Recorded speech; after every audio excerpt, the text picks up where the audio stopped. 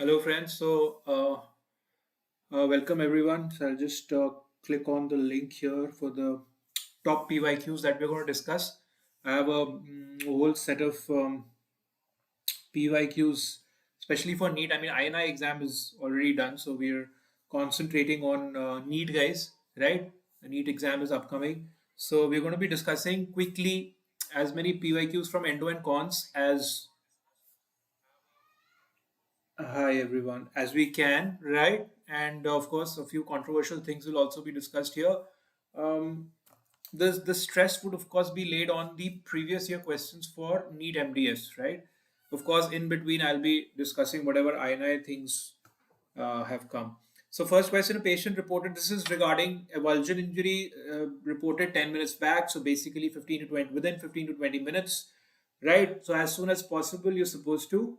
Um, Wash it with a saline. Do not kind of manipulate it too much. Do not try to remove the PDL cells and put it back. Splint it with a functional splint, semi-rigid, right, for a period of up to 2 weeks, right? So the splinting period is anywhere between 7 to 10 days, up to 2 weeks. The another question that comes from here is based on Ellie's classification. If you've seen the PYQs previous year questions, then there's a different form in which this question comes. Avulsion is classified as which type of Ellie's classification from 1 to 9, and that is Ellie's class or type 5 injury, right? Always remember type 4 is non-vital, 5 is avulsion of the tooth, right? 8 is fracture of the crown, en masse, and 9 is injury to deciduous dentition. So while you're doing these kind of questions, do all the questions which are interlinked and related to each other, guys, right?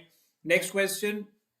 Of course, this question came very important, should not be dipped in water. Essentially, water is as compared to our body cells like PDL cells, it's hypotonic and it can cause the bursting or the lysis of the cell, right? So we have to follow that option. Then, as far as Bertucci classification is concerned, just kind of make a section like this at the level of the CEJ. If you have two complete canals which are exiting in two separate foramina, I always tell this in my class, guys. It is Bertucci type 4, right? 4 is nothing but 4 divided by 2, right? So two canals separate throughout, right? Bertucci 1 to 8, you have to remember. Wiens 1 to 4. Wiens 1 is the same as Bertucci type 1. Wiens 2 is the same as Bertucci type 2. Wiens 3 is the same as Bertucci type 4, right? So Wiens 3, if they ask you Wiens classification, this is Bertucci type 4 is the same as Wiens type 3, and Wiens type 4 is the same as Bertucci type 5, which is one canal dividing into 5, dividing into 2, right? So that's another favorite of the examiner. Yes, guys. Then question comes. So always revise this. Diagnodent. Basically, this is from diagnosis of dental caries. What are the important questions that come? One is, of course, diagnodent, which is based on laser fluorescence. It is a diode laser. The wavelength is somewhere in the range of 650, 660 nanometers. The other question that can come from diagnodent is from detection of caries is proximal caries. Proximal caries detection, guys, and that is a very good non-radiographic method is DIF-14, digital imaging fiber optic transillumination. Then a question comes from cariology, which is pretty confusing and pretty you can say controversial now, that which surface is most prone to caries. There's a lot of confusion, a lot of contradicting data, proximal or occlusal. Now I've seen Sturdivant, I'm going with occlusal, guys. So occlusal surface is more prone to caries. Yes, proximal surface, you don't, your brush doesn't go there and so on and so forth, but occlusal pits and fissures are actually the most prone to caries, right? Then what you have to revise is pit and fissure sealants indications, right? So classically non-carious pits and fissures, you would go for a pit and fissure sealant, but also you can go for a pit and fissure sealant in chalky, opaque, chalky discoloration of the pits and fissures, that is incipient caries, right? Incipient caries. So in even in the case of incipient caries, you can go for or chalky white. That is initiation, chalky white discolorations. You can go for pit and fissure sealants, but a contraindication to pit and fissure sealant is a proper cavity or active tooth decay, right? You cannot go for a pit and fissure sealant. There you have to do a restoration. Also, if you have a non-carious pit and fissure, but in the same tooth you have proximal decay, proper cavity in the proper class 2, right? You do not go for pit and fissure sealant in that situation. Also better go for restoration, because in general it basically suggests that the patient is highly caries active. Then the next important question or controversial question is, when does demineralization start in enamel? And that is the same as critical pH, that is a pH at below 5.5. So demineralization starts, it initiates. But if they specifically ask you that the incipient carious lesion is seen at what pH, and the one option is 5.5 and the other option is 5.0, that is 5, then guys go for 5, so incipient carious lesion is 5, but initiation of demineralization right just below 5.5, right guys? So please make this differentiation and um, remember this, right? Then, of course, this is a very direct question that came last year. 16-year-old boy, pink tissue protruding out of the pulp chamber. This is chronic hyperplastic pulpitis or pulp polyp. That's simple. Then, as per color coding of endodontic files, you have to remember the the process kind of repeats from 15 to 40, but 6 and 10, 6 is pink, 8 is gray. The answer here is gray. Okay, now very important. Purpose of Bevel for composite restoration, right? There is no doubt. This is a very simple question. You increase the enamel surface area so that you get better micromechanical bonding. So basically, you are increasing the retention form or micromechanical bonding, right? So the answer is simple: micromechanical bonding. The doubt comes when they ask you the primary purpose of Bevel for an inlay prep. Now, guys, the option should have a better marginal fit. Basically, the idea of giving a bevel on an inlay prep is better marginal fit. Why? Because you want to cold work it. You want to burnish a thin section of metal or alloy is easily burnished than a 90-degree proper solid block of butt joint of your indirect restoration, right? So that's the best possible answer. Sometimes the option of better marginal fit or circumferential tie is not given when the question of inlay comes. Then the confusing point is, then what do we mark? Then also I'm going for retention, in the sense that, when you give a bevel for inlay, also basically you're increasing surface area for the incorporation, because you're going to cement your inlay with a luting GIC, or right, or a luting zinc phosphate. So you're basically increasing the surface area of contact between your luting cement and the tooth and the inlay, right? So then also I'm going for retention only, although the secondary effect of giving a nice bevel or an inlay prep is increasing the resistance form also, isn't it? You get an obtuse cavo-surface angle or a marginal enamel angle, giving a very strong marginal tooth structure, right? But that is happening, but that is secondary to our main purpose, and that is giving a nice marginal fit, good adaptation, reduced micro leakage, and so on and so forth. And I would go for retention also as a better answer to increase in resistance form for an inlay prep as well. As far as composite is concerned, no doubt you're basically increasing the surface area for increased micromechanical bonding, for increased retention form. Simple, right? Next, guys, autoclaving burrs. I feel that you guys get confused. It's sodium nitrite, not nitrate. Nitrite is the answer. So 2% sodium nitrite.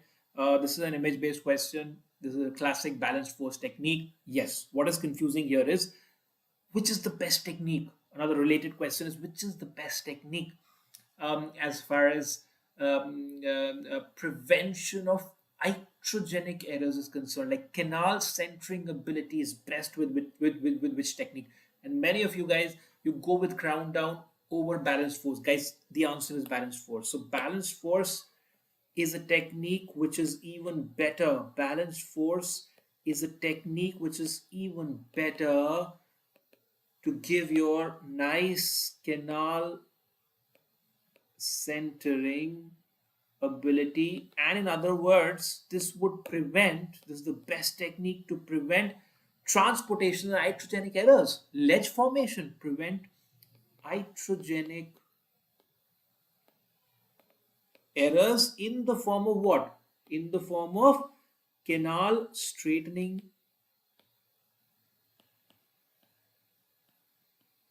or canal transportations. In other words, prevention of ledging, right? Please remember, crown down technique is best for first for prevention or reduction in breakage of files. You understand? And reduction in the periapical extrusion of debris. That is best. But ledge formation is very common with crown down because many times you're using bigger files, right, in the initial stages of your crown prep, and you're not sorry, not crown prep, canal prep, and you're not going to the working length. So ledge formation is pretty common with crown down. So don't think so. For as far as ledge formation, canal transportation, prevention is concerned, or in other words, best canal centering ability is concerned, that's balanced force, no doubt, right? Not crown down or step down, right? All right, great. Then dentist excavates. Now, this was a cause of big controversy, but it's a very simple question. It came in I think, dent or NEET. I think during excavation and during cavity preparation, a dentist has prepared four tooth surfaces, right? So, for example, he's doing an MOD, right? Mesial, occlusal, distal, with a buccal or a palatal or lingual extension. So basically, whenever three or more than three, or in other words, whenever greater than two tooth surfaces are prepared, the prep is complex. So the answer is very simple. Two surfaces like MO or DO, or an occlusal pit and fissure, you're making an occlusal step with buccal extension or a lingual extension. So basically, two surfaces. There's compound, and only one surface, it's simple prep, right? So, simple question. Polishing of composite is basically done with polishing paste, right? So that was the answer there. Pregnant patient comes to you with second trimester with pain on chewing. Her pain increases on releasing the bite. Now, basically, guys, the moment you see this line, pain increases on release of bite, it's cracked tooth. The answer is simple, cracked tooth syndrome, right? And if the tooth is हाँ बेटा, which one B कौन सा बेटा? Anyways, the other controversial question that comes, I'll star mark this, that what is the best treatment, evidence-based best treatment for a cracked tooth, in which the pulp is still vital, right? And there are no symptoms of irreversible pulpitis. So basically, it's either reversible pulpitis or the pulp is normal. Then you have to go for a cuspal coverage restoration. That can be a full crown or onlay. Equally good, right? You will definitely not get these two as two different options. What you will get is a bonded or a resin bonded or a composite restoration, right? Resin bonded or a composite restoration. Now, this is also correct, but Cohen clearly states that evidence-based best possible solution is giving a full crown or onlay. People have tried resin bonded or composite restoration. You can do it, but the best treatment for cracked tooth is if the pulp is fine, or it's only reversible pulpitis, and go for a full crown or onlay, right? Okay. Then voltage gated sodium channels are upregulated. This is simple, guys. This is basically irreversible pulpitis or a hot tooth, right? A hot tooth is the best answer, and that is in fact one of the reasons why LA is not effective, right? Is ineffective in a hot tooth, right? Then composition of gatta parcha is simple. It's basically less. It's the more component is zinc oxide. So it's only 20%. Angle former is a often repeated question, guys. You have to understand and memorize the classification of hand instruments, right? So if you say hand instruments, the chapter of operative armamentarium, I do this in great detail in my sessions.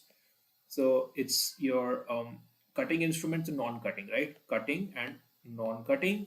Within cutting, you basically have your excavators and you have your chisels, right? In your excavators, you have your ordinary or beveled hatchet, you have your angle former, and you have your hoe.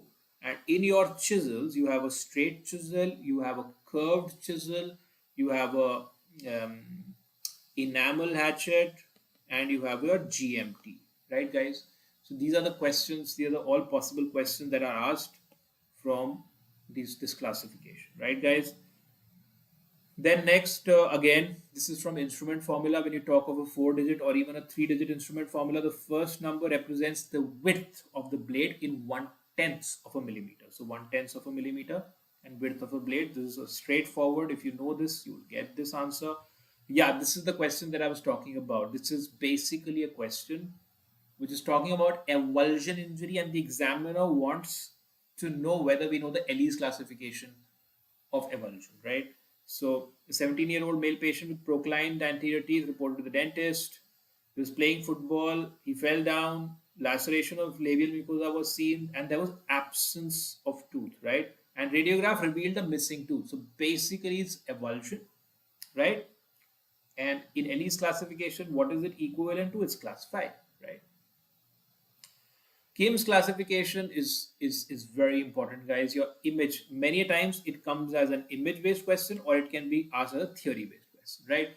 So type 1 is incomplete isthmus, right? Type 2 is, I always say this, it's a complete isthmus, right? And it's very much like a person going on a morning walk wearing this headphones, not earphones, headphones, right? This is how it looks like, proper communication between two canals.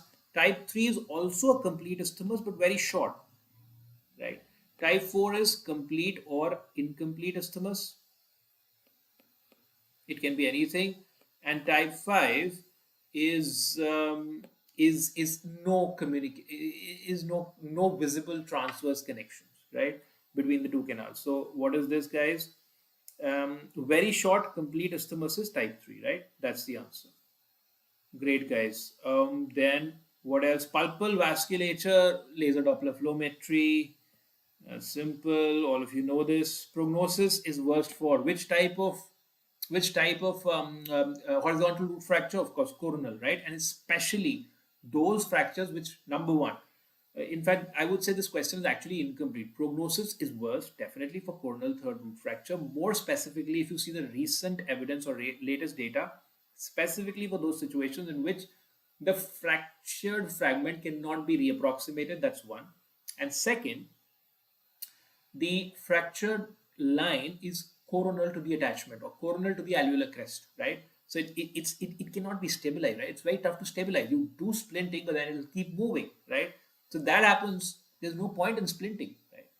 So the latest data actually says that you do not have to manage if you are able to stabilize, reduce and stabilize with splinting a coronal third root fracture in the same way as a middle third, right?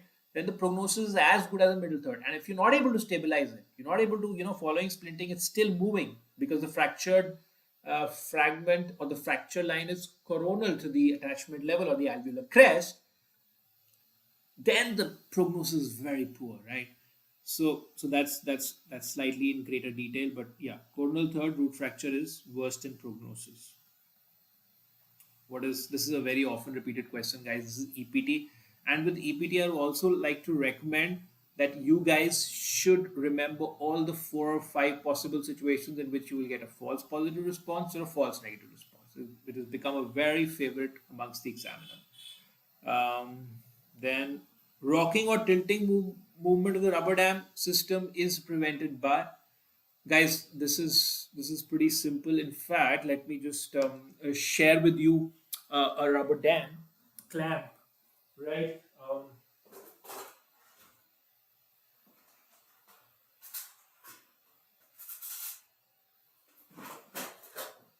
So, guys, good that I'm sitting in my clinic only. This is, where is it? Yeah, this is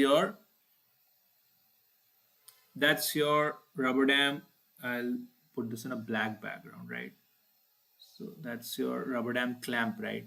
So, what do we mean by a 4 point contact? It basically means that this is the buccal jaw, lingual jaw, right? The two jaws, buccal and lingual. And you have four, one, two, three, four. Four kind of it's supposed to contact your buccal and lingual surfaces at 2 points each, so 4 point contact, and that gives you maximum stability. So the rocking motion will not be there, right? So that's a practical thing. Those of you who, when you start doing your practice and you apply your rubber dam, you will understand this. So 4 point contact with the clamp is the best for stability, lateral stability of the clamp, prevention of rocking movement. Difference between periodontal and pulpal abscess. This is actually a perio question, but yeah, endoperio lesions. The first and foremost thing, I mean, what do? The big fight with perio people, isn't it? When you're referring patients, we're very clear with this. The tooth is non-vital. We'll do RCT. If the tooth is vital, we'll still wait and watch, and hopefully, the tooth won't turn non-vital, right? So it's very simple. The moment you see these things, the first and foremost thing that should come to mind is vitality, right? So usually a pulpal abscess, the tooth ultimately becomes primary endo, the tooth becomes non-vital. Periodontal abscess, many a times the tooth still retains vitality, right? So vitality is the best answer here. Enameloplasty is done when the defect is. So basically, you're talking of a classical conventional prep for, say, an amalgam, in which once you've done the prep, right, you still feel that on one of the external walls, which can be anyone. Say, for example, imagine I'll place what, right? This is the occlusal surface, right? And that's my prep, right, guys? That's my prep. So I've done my prep, and then I suddenly realize that there is this defect on the distal wall or the mesial wall, the buccal wall, the lingual wall, right? Do I need to kind of completely extend my cavity prep? No, I do not need to if this defect is less than one third the thickness of the enamel. Then I just have to saucer it out, just have to round it off. So in this, I'm not extending my cavity prep, I'm just kind of modifying it, right? But if this defect is greater, then I need to kind of properly at the proper initial depth and with proper giving butt joint margins and everything, I need to extend my cavity. So enameloplasty is done when the defect is less than one third the thickness of enamel, right, guys? The gingival bevel in a class 2 amalgam restoration should be, this is basically 15 to 20 degrees, and this is not exactly a bevel, it's just a declination. You're basically following the direction of the enamel rods, guys, right? Like this.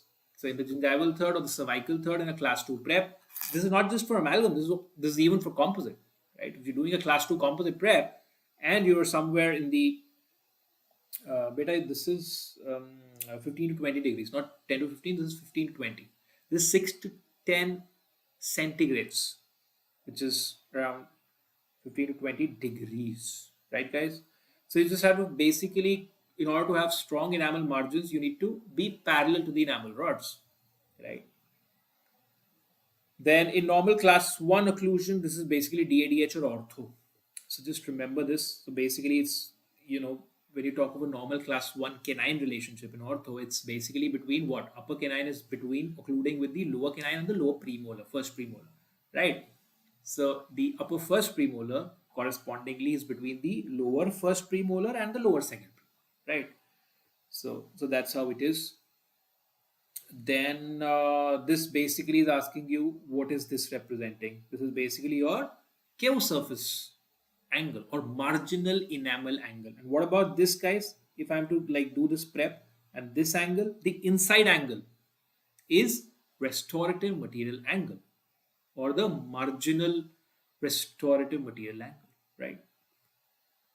So here, of course, the answer is cave surface angle because the arrow is pointing towards this angle, right, guys?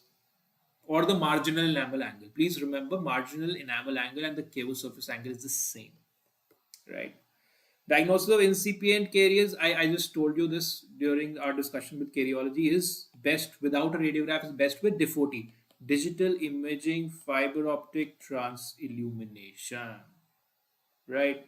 When placing retentive locks, see, in a class 3 prep, the locks are placed. Always remember, guys, It is the dentine, which is the resilient, shock-absorbing material. It's not brittle as enamel. So whatever secondary retentive and retention resistance features are there, whether it's a retentive lock, cove, groove, whatever, it has to be entirely in dentine, well inside the DEJ, right? So it's entirely in dentine, very simple. That's one of the principles of cavity prep. In a class 2, inlay the gingival bevel for lap sliding fit. Now, basically, what is a lap sliding fit? Basically, lap sliding fit is, again, one of the functions of bevel, right? So, say this is my tooth, that's my class 2, right? Now, if instead of this gingival seat going like this, having a butt joint margin, the gingival seat goes like this, right? Has a nice bevel of 30 degrees, giving you a nice cavo surface angle of 150 degrees, or marginal metal angle of 30 degrees, right? So what happens? You have basically a very thin section of metal which can be cold worked and burnished. So a potential gap between your inlay casting of a gap of 50 micron, right, is reduced to 20 microns. This is pretty significant, right? And this basically 50 micron is what? Is nothing but 0.05 millimeters, to 20 micron is what?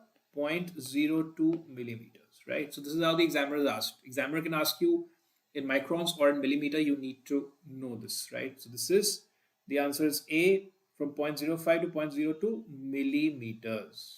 0.05 to 0.02 millimeters. These are all in millimeters, guys, right? And this is 30 degrees to reduce the cement surface dissolution. You don't have to actually, this is not the right way of recall. This is actually, this is to 30 degrees to reduce the marginal gap, or yes, you can say indirectly the potential surface, dimension or gap that is there, which can predispose to future cement dissolution, right? You're luting your inlay with the cement, right? So more is the gap, more is the propensity for it to be dissolved, right? So that's the answer. Okay, Krasner and Rankau's laws. Oh wow, you know, these guys are going very heavy on undergraduates, isn't it? They expect you to memorize all these 9 laws. So Krasner and Rankau's laws, guys. One, two, three is all related to the CEJ. So one is centrality, concentricity. Third is the law of the CEJ. Then 4 and 5 is actually the law of symmetry. So first, 4 is the first law of symmetry. Fifth is the second law of symmetry. And what is this? Except for the maxillary molars, right? If you draw a line right in the center, mesiodistally, right in the center of the pulp chamber, then your mesiobuccal and mesiolingual canals and your distobuccal and distolingual canals in this is the lower molar, right, would be, first law of symmetry and second law of symmetry would be equidistant and would be perpendicular to this line, right? So, of course, as I said, the fourth and the fifth Krasner and Ranker's laws, which are nothing but the first. Oh, where was I? Just a sec. Just go back. Which are nothing but. Yeah.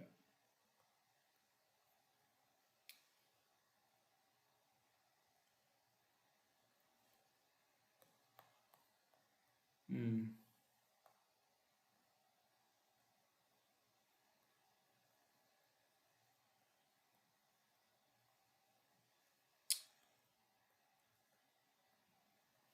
Yeah. So, which are the fourth and fifth Krasner? Yeah. Here we are. Here we go. So, the Krasner and Ranker's laws, fourth and fifth, which are nothing but the first and second laws of symmetry, they are not applicable. Not applicable to maxillary molars, right? So they're not applicable to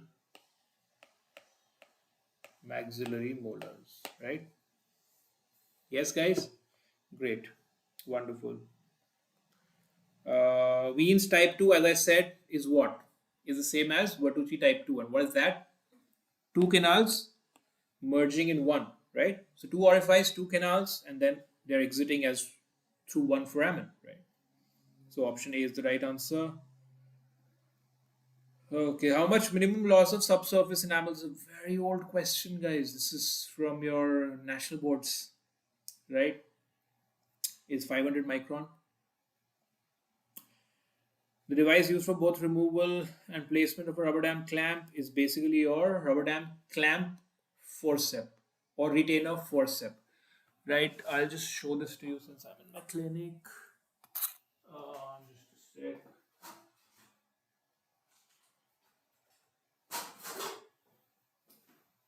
So yeah, you can get an image-based question also. That's your retainer forceps, right? So you engage this in the eyes, in both the buccal and lingual jaws here, right? Yes, and you basically place it onto the tooth and you remove it from the tooth with this. This is how it looks like, right, guys? All right. What is used to enlarge the root canal orifice? Basically, a GG drill. Simple question, guys. Very many questions actually come from GG drill. One is it's a non-end cutting burr or a drill. Then the other thing is based on the diameter. Number 1, 2, 3, 4, 5, 6 GG drill, right? So to remember that also, it starts from 0.05 mm, then 0.07, 0.09, 1.1, 1.3, 1.5. That's how it is. Then a question comes that till the middle third of the canal, ideally you should instrument your coronal third only. But sometimes in some people are very um, meticulous with their step down approach, so they use their GG drill till the middle third of the canal. In that situation, you can, if you're very careful, you can go up to a GG drill size 4 in straight canals, right, in the middle third. Of course, you're not supposed to use your GG drill in the apical third. So all these are possible MCQs from GG drill. Use of EDTA as irrigant basically is not a good pulp dissolver. So of course that's the answer. Simple. This is tricky, guys. This one. This is the question that came. Now this is a Nygaard osteo. Starlight Visi is this, right? And a metal U-shaped frame is Young's frame. So remember this. This is a Nygaard osteo. Image-based question. This is the closed plastic frame is an Nygaard osteo, right, guys? The next patient elevate. This is oral path question actually. Throbbing pain, swelling, tooth is elevated and mobile, of course, acute periapical abscess, right? What material is used to test to detect the calcified canal orifice, guys? This is basically a champagne bubble test. Straight question from Cohen. Sodium hypochlorite, right? That's the answer. Step down technique includes preparation of the canal. So, guys, basically, when you read Ingle, right, it does not really make any differentiation between step down and crown down. And actually, practically, they're more or less the same, right? You basically prepare your coronal third first, then middle third, and then the apical third, isn't it? You slowly reach the apex. But to be very specific, step down is kind of do your coronal preparation first, and then you can directly jump to your apical preparation, right? But crown down is very precise with the order, right? You do your coronal, then middle third, and then only you reach the working length. And then, of course, you do your apical enlargement based on what is the final master apical file you want to reach. So conceptually, they're more or less the same. That is, both in step down and crown down, you're supposed to prepare your coronal, then middle third, and then apical third. And as far as Engel says, there's hardly any difference between the two, but it's still, if you want to create, kind of understand some difference, then sometimes in step down preparation, what happens is that you basically do your coronal third preparation first and then directly go to the working length, right? Middle third is not dealt with so much sincerity with step down as it is dealt with in crown down, right, guys? So that is one small difference which we can make out. According to law of centrality, canal orifices are equidistant. This is not applicable to we just did this question. It's not applicable to maxillary molars. Next question. Class 2 cavity. What is the role of converging proximal box? Converging buccal and lingual walls of the proximal box? Of course. Primary retention form, guys. Simple. What kind of LED lamp is used in bleaching? Now, this is interesting. This is basically a cold blue light. Uh, The wavelength is somewhere in the range of 465 nanometers, and this is actually your zoom, Philips zoom light, isn't it? It's not a laser light. It's not a laser light. When you're talking of LED light, it's a routine cold blue light. So it's actually very much similar to your normal cold light curing light. But it's just that, say for example, a Zoom Philips Zoom product is very highly calibrated, very highly you can say precisely used for vital bleaching procedures. Its light intensity is very tightly controlled, so it gives you better results than your routine light curing gun. Otherwise, conceptually, it's the same, right? Many people have this misconception that zoom light is ultraviolet light. No, it's not. That it's laser. No, it's not. It's a routine cold blue light. Okay, in which condition pulpotomy is contraindicated in children? This is a controversial question. We are going with leukemia as of now, right? But it's a controversial question. Again, next controversial question, guys. Use of calcium hydroxide in pulp therapy. One version is that it basically directly leads to the uh, you know release of calcium, which contributes in the calcific bridge formation. And in fact, that is true according to some references. But the best possible answer would be the stimulation of or the um, yeah stimulation of fibroblast like cells, differentiation of fibroblast like cells from underlying pulpal dental pulp stem cells to form the calcific bridge. So if that option is there, then that becomes the best possible answer as far as latest edition of Ingle is concerned. So stimulation of fibroblasts from the pulpal tissue, which leads to the formation of reparative dentine or the calcific bridge. So instead of releasing of calcium and hydroxyl ions, um, and the calcium ions contributing to the formation of calcific bridge, which as I said is true to some extent, um, as per certain references, the single best answer I would go here is B. Right, guys? Wonderful. Then on performing percussion, tenderness on percussion, symptomatic apical periodontitis, which in your Schaefer oral pathology is acute apical periodontitis. As far as we endodontists are concerned, we've kind of foregone, we've kind of removed this acute and chronic words from our dictionary as far as apical periodontitis and pulpal diagnosis is concerned. So we're going with symptomatic apical periodontitis, right, guys? बेटा अरमनदीप dear, हाँ बेटा ये live है. Yeah, the exam is in January 2025. Armandeep, this leukemia question is still controversial. In fact, there is a big uh, if and but as to whether the recall is also perfectly clear or not. Right. So this remains controversial. I find a proper reference, I'll share it with you. Right.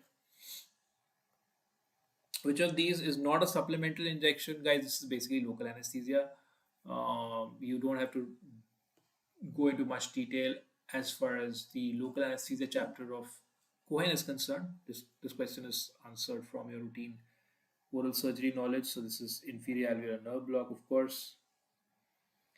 Then in case of, yeah, again, as I said, guys, in case of inlays the occlusal bevel, guys, I feel that there's some real problem with the recall value. I feel definitely in the future, if the exam comes, if this question comes, as far as bevel for an cast metal inlay or onlay is concerned, one of the options should definitely be um, better marginal fit or marginal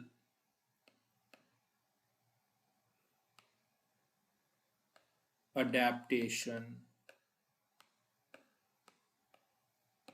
of the inlay, right? And second best answer would be, so I feel in one of these options, this option should definitely be there in the exam, right? I think there's some problem with the recall here, so I'm going with this.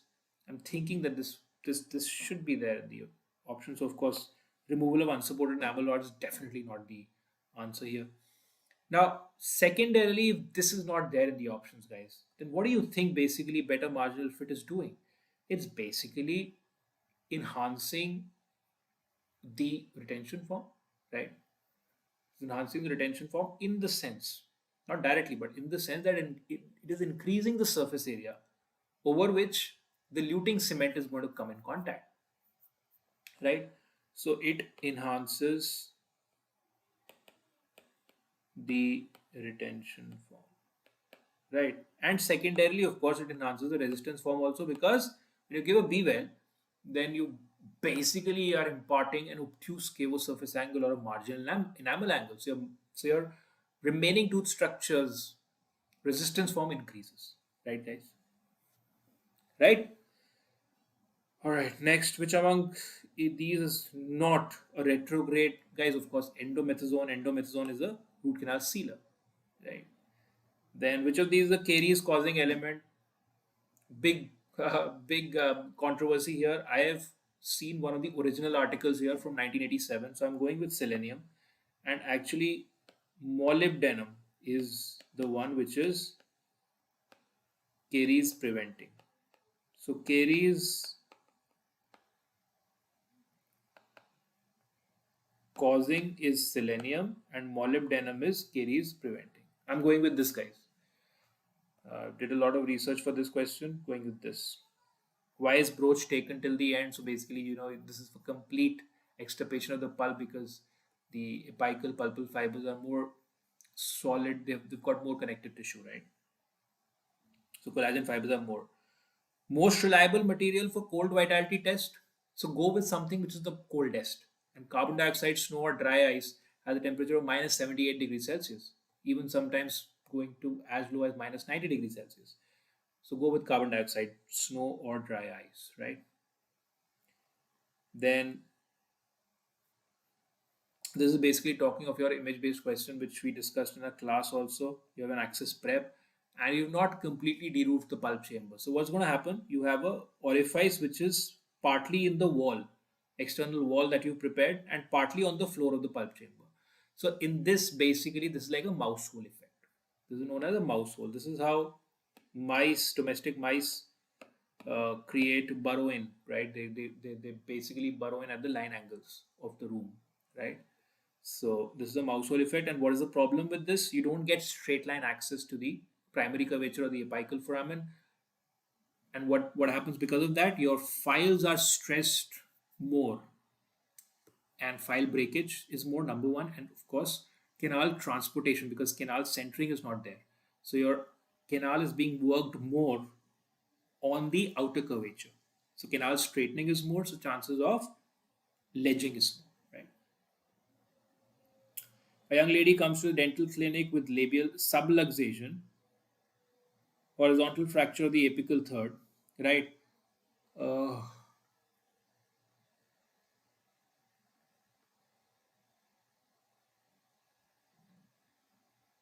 but I'll check this out, Abhishek. GP solubility is mostly your xylene, turpentine oil, and so on and so forth, chloroform. So basically, guys, what do you do this? What do you do in this? You have a subluxation.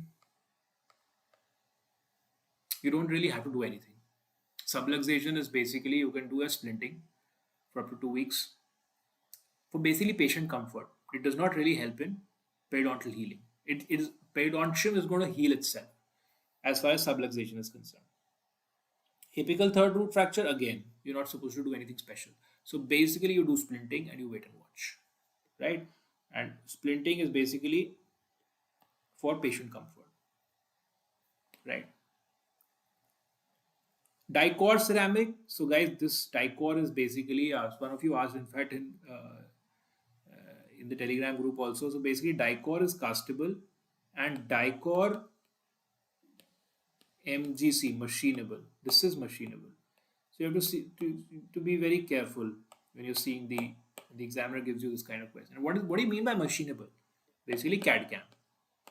So you have a block of ceramic as goes into the machine, and the machine cuts the ceramic block based on the data it has, based on the impression that you've taken, right?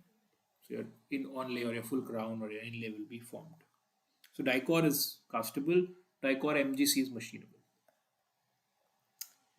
Is actually a DM question. Stain removal mechanism of carbamide peroxide. Always remember, guys, all these bleaching agents ultimately release hydrogen peroxide. So it basically forms hydrogen peroxide on contact with saliva. Right? So carbamide peroxide with water is going to release ultimately hydrogen peroxide. Right? Alright. Which of these statements is true for Gatta Parcha cones? Of course, it's color coded to denote the size. That's simple. Mm. All are true for gauge slit and drill except it is a non-end cutting instrument, blunt instrument, right? So there's this option of end cutting instrument. That's a false statement. So that's the answer.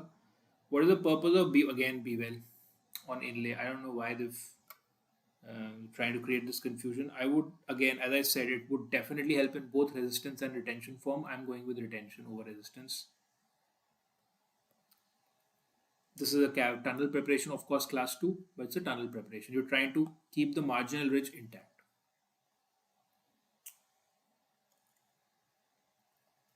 Guys, this is basically an image-based question on the proximal surface. It's a class 3. Class 3 prep. Acceptable run out. I always do this question because it's an often repeated question. So I always give this in your GTs also. 0.023 mm or 0.02 mm, whatever is given in the options. Percentage of HCl. Now, guys, so basically, initially they used almost 36% HCl. Then they reduced it to 18%. And presently it's 10 to 11%. So Kroll technique uses 10 to 11%. The answer here is 11%, right? This is microabrasion. Macroabrasion is done with finishing burrs. This is microabrasion for the management of discolored teeth which are not responding to bleaching, right?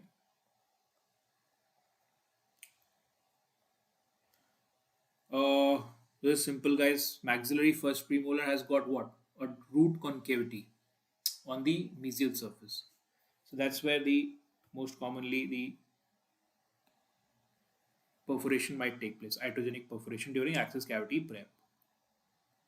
Right? Quick and pricking pain or lancinating pain or knife-like pain is basically carried by the A delta fibers. Simple. Wedge wedging again is used for close adaptation of your matrix band on the mesial surface when you're doing an MO in a maxillary first premolar, right?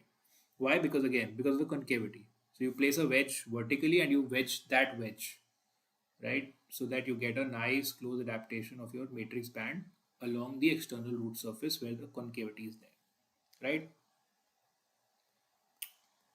Electric pulp testing, I already told you, always remember the false positive and the false negative. So on EPT, what are the false positive? You have a very anxious patient. And what are the false negatives? You have a patient who is on heavy dose of analgesics. What is the other reason for false negative? You have recently traumatized tooth, right, in which the pulp is stunned. Then you have a case in which, open apex case, in which the tooth is vital, but because the nerves, the innervation is not mature enough, action potential is not being generated, then also it will give you a false negative response, right? So remember all these, guys. Very important. Direct transmission of pain, guys, frankly, I would go for gate control theory if that was the option. So again, I feel that this question has got some sort of recall issue. Gate control theory, I would go with as the best answer. Here it is specificity. We've kind of marked it here, but I feel there's. I would go with the gate control theory as far as pain transmission from skin to CNS is concerned. I'll still confirm this with our physiology faculty, right? I'll let you know. Cyst attached to the apical foramen, it's basically talking of your primary infection of root canal and then, a pocket cyst which is attached to the apical foramen. Attached. So the lumen is continuous with the root canal lumen, right? So that's a pocket or a pseudocyst, right, guys? To measure pulpal blood flow, laser Doppler flowmetry is simple. On access opening, in which patient would you relieve occlusion? So, guys, this is basically a patient in which you already have history of apical periodontitis. You don't want basically interappointment pain, isn't it? So, non-vital tooth with sensitivity to percussion. That is a candidate to relieve the occlusion.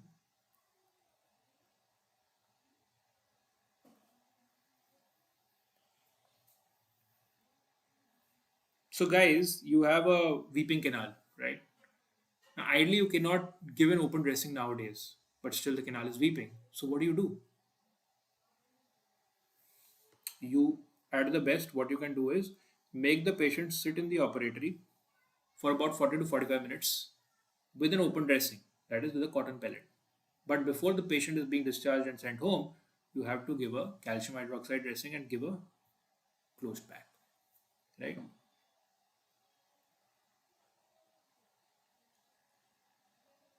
Butt joint, of course, is a 90-degree joint or 80 to 90. Even 80 to 90, we have some play here. So 80 to 90 is also considered a butt joint. Angle former, again, this is about classification of cutting and excavators and chisels. So angle former, hoe, and bi-beveled hatchet or an ordinary hatchet. These are excavators, right?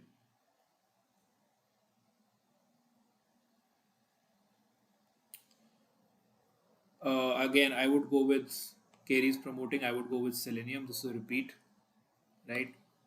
Molybdenum is Carey's protective. Ah, big, big controversy, right? How do lasers treat dental hypersensitivity? See, there are two things here. If you have superficial occlusion, the Cohen clearly writes superficial occlusion of dental tubules. That's the best answer. So that superficial occlusion is very much synonymous with sealing. So I would go with sealing, guys. But the second best answer is a blockage of or reduction of action potential generation. So that's the second best answer. So I'm going with number one, sealing of dental tubules, a superficial occlusion, and number two, blockage of action potential. Right? That's the order that I'm following. But yeah, controversial question. Rapid flow of metabolites in the pulp is due to capillaries, guys. Usually it's capillaries only, right? Through which metabolites come in and go. Right? Ah, now, guys, composite placement should be done at least. I think this the question that came was at least minimum. After how much time? Then the answer is 1 week, right? And ideally, how much should you wait? Then you should wait for 2 to 3 weeks, right, guys? So please see these words. You have to wait at least for 1 week. Very important point, guys. Here, I want to tell you: wait at least for 1 week, or preferably. So ideally or preferably. If you see the word ideally or preferably, wait for 2 to 3 weeks, right? There's another important thing that if you need to do because of whatever reason, if you need to do an immediate composite restoration following bleaching procedure, then can you do it? Yes, you can kind of uh, pre- condition the tooth surface with an enzyme known as catalase. Catalase kind of eats up the residual peroxide. So the MCQ, this is only in Engel, this is not in Cohen. So for immediate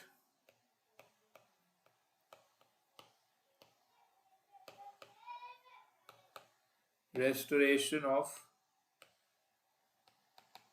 bleached tooth,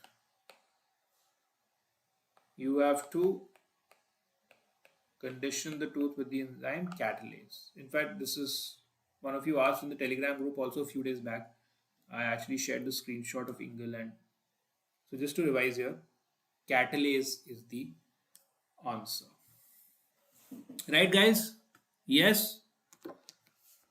Oh, okay. So, guys, of course, we'll stay connected on our Telegram group and on our um, so we will. This is not the end. This is just the starting. So we'll keep doing these questions and just keep revising all your PYQs. We are obviously constantly at it. In fact, I've been reviewing these PYQs for any kind of insights that I can give, and I'm actively engaging with our friends at the back end to kind of review all this. And So we'll keep posting your any updates regarding the corrections or any additions that we feel or any important points that we still feel are there in the PYQs. And that is the endeavor. Going forward into the exam, yes, this is the time. It's a couple of not even 2 months now left for the exam. More stress definitely on PYQs. That is why this session today. Less stress on theory, but yes, whatever you've read well,